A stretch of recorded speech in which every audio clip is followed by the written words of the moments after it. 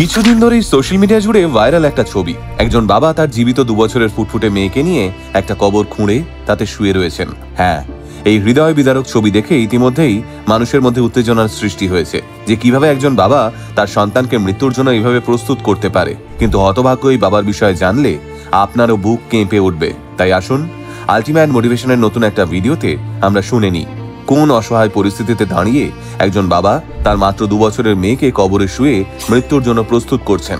এই ঘটনাটি ঘটেছে আসলে চীনে। চীনের বাসিন্দা ঝাং লিয়ং পেশায় একজন কৃষক। ঝাং লিয়ং এর ছোট ছোট 2 সন্তান রয়েছে।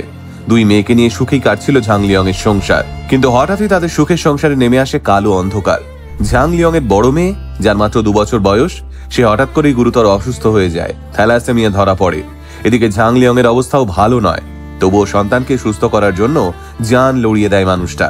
কিন্তু ঝাং লিয়ং এর মেয়ের থ্যালাসেমিয়াটা যে স্টেজে ছিল, সেই স্টেজে ওর ভালোভাবে চিকিৎসা না হলে ওকে আর বাঁচানো সম্ভব হতো না। একদিকে সংসারের এতগুলো মানুষ, আর অন্যদিকে সন্তানের মারণ রোগ। ঝাং লিয়ং বুঝতে পারেন তার পায়ের তলা থেকে মাটিটা ধীরে ধীরে সরে যাচ্ছে, কারণ মেয়ের চিকিৎসার জন্য এতগুলো টাকা জোগাড় করা তার পক্ষে কখনোই সম্ভব নয়। তাহলে উপায়? ঝাং লিয়ং হার মেনে নেন পরিস্থিতির কাছে। 2 বছরের ছোট মেয়েটা যেদিকে বড্ড বাবা নেওটা, বাবা কাজে গেলে তার জন্য সারাদিন অপেক্ষা করে বসে থাকে মেয়েটা।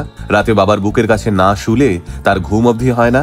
তাই অগত্যা এই হতভাগ্য বাবা তাদের বাড়ির বাগানে একটি কবর খুঁড়লেন, আর সেই কবরে গিয়ে নিজের 2 বছরের থ্যালাসেমিয়া আক্রান্ত মেয়েকে নিয়ে শুয়ে থাকলেন। হ্যাঁ, পরিস্থিতিটা শুধু একবার কল্পনা করুন। এরপর থেকে প্রতিদিন এই অসহায় পিতা নিজের সন্তানকে নিয়ে কবরে গিয়ে শুয়ে থাকতে শুরু করলেন, যাতে ওই ছোট্ট একরত্তি মেয়েটার কাছে মৃত্যু বিষয়টা সহজ হয়ে যায়। আসলে ঝাং লিয়ং ভেবে নিয়েছিলেন তিনি তার সন্তানকে হারিয়ে ফেলবেন। তাই নিজেকে এবং সন্তানকে একটু একটু করে মানসিকভাবে তৈরি করতেই তিনি কবরকে বেছে নিয়েছিলেন। এভাবেই কাটছিল দিন। এরপর একদিন এই বাবা মেয়ের কবরে শুয়ে থাকার একটি ছবি তুলে সোশ্যাল মিডিয়ায় পোস্ট করেন ঝাং লিয়ং। ব্যাস, তারপরই ঝড়ের গতিতে ভাইরাল হতে শুরু করে এই হৃদয় বিদারক ঘটনাটি। আর ঠিক তারপরেই একটা ম্যাজিক ঘটলো জানেন। সোশ্যাল মিডিয়ায় এই ঘটনাটি দেখে বহু মানুষ এগিয়ে এলেন ওই একরত্তির চিকিৎসার জন্য।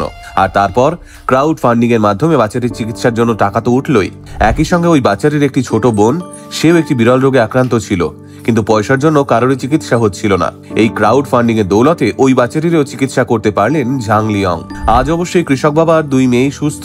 আর বাড়ির বাগানে সেই কবরটা, সেটার কি হলো জানেন?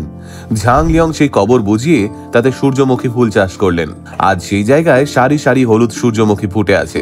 সোশ্যাল মিডিয়াকে আমরা যতই গালমন্দ করি না কেন, এই সোশ্যাল মিডিয়ার পাওয়ার কিন্তু বর্তমান যুগে অনেকটা। কারণ সোশ্যাল মিডিয়া না থাকলে ঝাং লিয়ং এর একরত্তি 2 মেয়েকেই হয়তো আজ আর বাঁচানো সম্ভব হতো না। না হলে ভাবুন না, একজন বাবা ঠিক কতটা অসহায় পরিস্থিতিতে গিয়ে দাঁড়ালে তার বুকের পাঁজরকে একদিন বিদায় জানাতে হবে বলে এইভাবে নিজেকে প্রস্তুত করতে শুরু করে। আসলে বাবা শব্দটার কোনো মাপকাঠি হয় না। বাবার ভালোবাসা সীমাহীন। সন্তানের কাছে বাবা এই একটা শব্দের মধ্যেই যেন গোটা পৃথিবী লুকিয়ে থাকে। চীনের এই ঘটনাটা মর্মান্তিক হলেও এই ঘটনা আমাদের দিনের শেষে একটাই জিনিস শিখিয়ে যায়: আশা কখনো ছেড়ে দিতে নেই, লড়াইটা চালিয়ে যেতে হয়। কারণ আমাদের জীবনে ঠিক কখন একটা মিরাকেল ঘটে যাবে আমরা কেউ জানি না। তাই অল্পেই ভেঙে পড়বেন না। জানবেন আপনার জীবনেও মিরাকেল ঠিক 1 মিনিট পরেও ঘটতে পারে। তাই এই জাগতিক শক্তির সময়ের উপর বিশ্বাস রাখুন। ঝড় থামবে, সত্যিই থামবে।